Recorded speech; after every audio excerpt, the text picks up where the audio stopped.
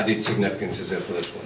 Yeah, obviously it's not nice when you're down this end of the table. We've been here before, but it wasn't as bad as last time. But it's nice to kind of hopefully get it done as soon as possible, just to secure the safety rather than look up rather than look down. And that was the aim at the start of the games for the bottom six, and it was just about getting the first couple of wins as soon as possible. And it's good to get them straight away, and especially an away win finally.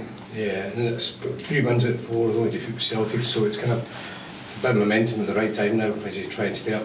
Yeah, absolutely, and it's frustrating because we know we'd like to be up in the top end of the game, and we just couldn't catch up when times were tough, and it was obviously busy start of the season, the European stuff, loads of red cards, loads of stuff going on, and we always thought we could kind of get back to in that top six, and we weren't far away from it, and that's the kind of crazy thing about the top six, is there was always a chance for everybody until the last couple of games, and we just weren't quite there. So it was about focusing on the safety as soon as possible, and look to secure that on Saturday. How do you view these last few games from a personal point of view? Is this the chapter closing in terms of Kilmarnock? No idea yet. It's about, as I say, it's been a kind of stop-start season for me. It's been a different one. It's not from the lack of trying, it's not from any other distractions or nothing. It's just been football's football. It happens. Some people go through quiet periods, and it's about sticking through them. And say it's about enjoying as many games of football as possible. I set out to win every game of football and play as well as I can in every game. So it'll be the same. It'll be the same for the last 3 games for me. How strong was the Hearts' interest, Danny? Strong. It was what it was. It was just what they thought it was. But my decision was I wanted to stay at Kilmarnock, so that was that at the time. And I was fully in touch with the gaffer over everything. We were absolutely fine with everything. I was fully in touch with everyone about it, and it was just about staying focused, and that's what I decided to do, and decided to stay at Kilmarnock. Derek had said that when the new contract was offered, it was looking likely that you were going to try something new. Is that how you're feeling now, just now? Not at the time. It was just the contract that got put in front of me was, and I spoke to the guy. I've always stayed in contact with the guy about everything. Still speak to him now, and it's just about seeing what comes at the end of the season, even from Kilmarnock, whatever it is. If there's another offer to be put down, there's not been an offer put down since the last one, and me and the gaffer are clear on that. And we've always been right when the time's right, when we're secure, and we've always been talking. It's the same focus on football. It's not any outside distractions. It's focusing on my game and the team, and that's what we've done. So when the time's right, we'll have the conversation. What do you want to do going forward, Danny? Where do you envisage yourself playing football going forwards? As high as level as possible. So wherever that may be. It's that's not saying that it's not here. It's not saying that it's somewhere else. It's just you've seen thousands of players do it. It's just I'll sit down at the end of the season and I'll look at what options I've got, and it'll be a decision for there. Talk to family, managers, my manager, and see what happens. It's obviously it's a scary time for everyone. I've got a young family, so it's about taking your time and making the right decision, because as I say, I'm 27 now, so I'm 27 now. I need to do what's right. You say the highest level possible, Danny. What do you think your ceiling is? Your footballing ability. How high do you think you can go?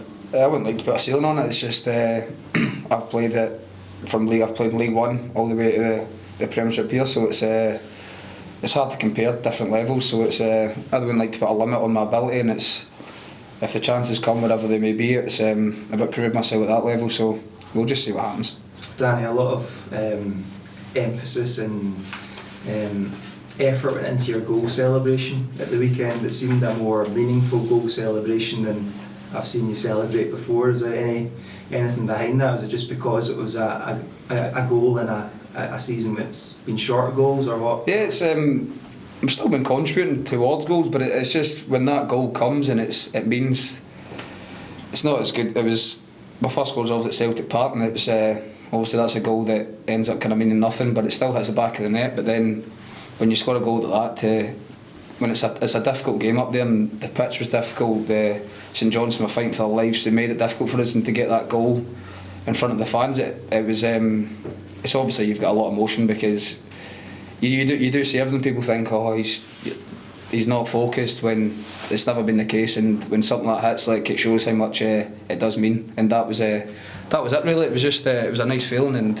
it's one I've missed, so make the most of them to come.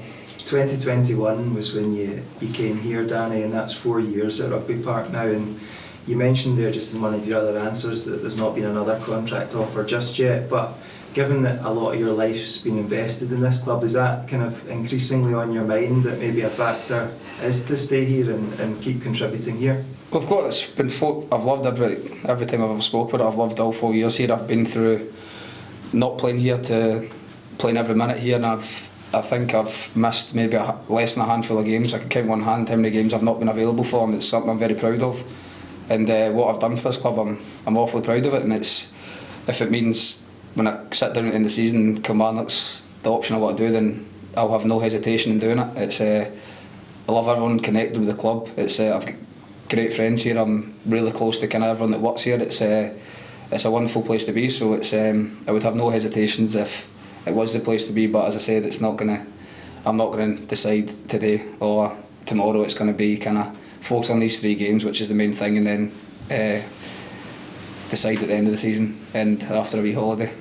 And right at the start of your career, you had that taste of Wolves, although you didn't really feature there in the first team too much.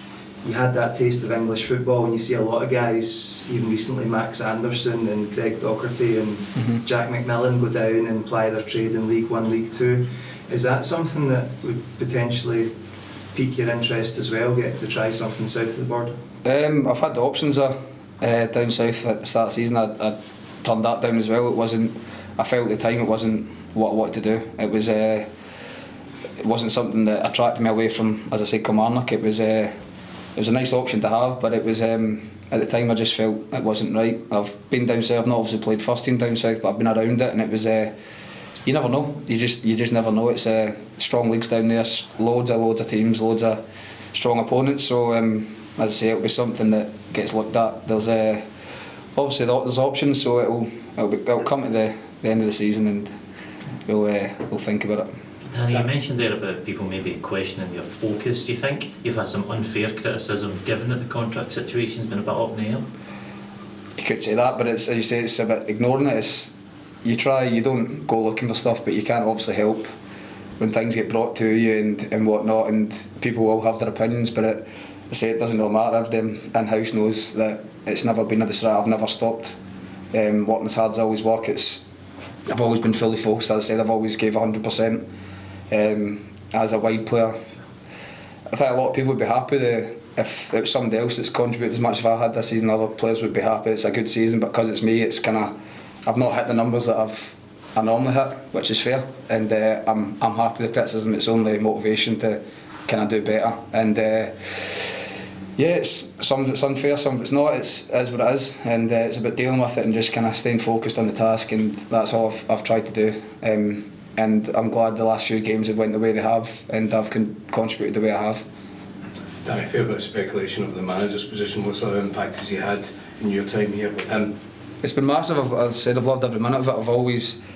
I've never felt kind of out the picture with the gaffer. It's even the first season. I think I was the only player that didn't start in the championship.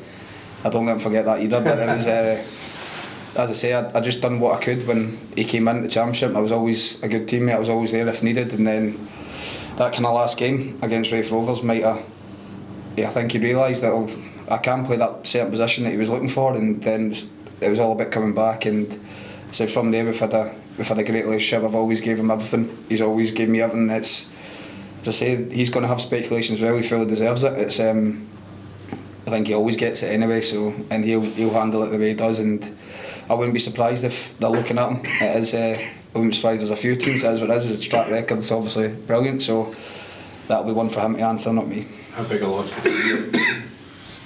Say Hearts came calling. How big a loss would it be if he went?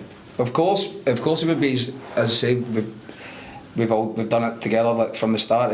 We've been through it all, and it would be a massive loss. But he'll deal with that, and then there's nobody saying that he's going. It's all speculation. He's fully focused on everything. He's not said anything different. He's not changed any of his ways. It's been full focus on Dundee. It's been full focus on St Johnstone. It's been the exact same, and he won't change throughout that. What are you expecting from Dundee, given their kind of recent results? Same as we always give Dundee. It's a tough game. I don't think there's ever been a boring game between us and Dundee. there's always been goals, there's always been drama, and they're obviously fighting for their life. So, well, not their life, but they're fighting to stay up as well. And it'll be good. But as I say, it's all about us. We've got the chance to win 3 games in a row for the first time since God knows when, and it'll be something we're looking forward to. With no qualms of trying to beat Dundee.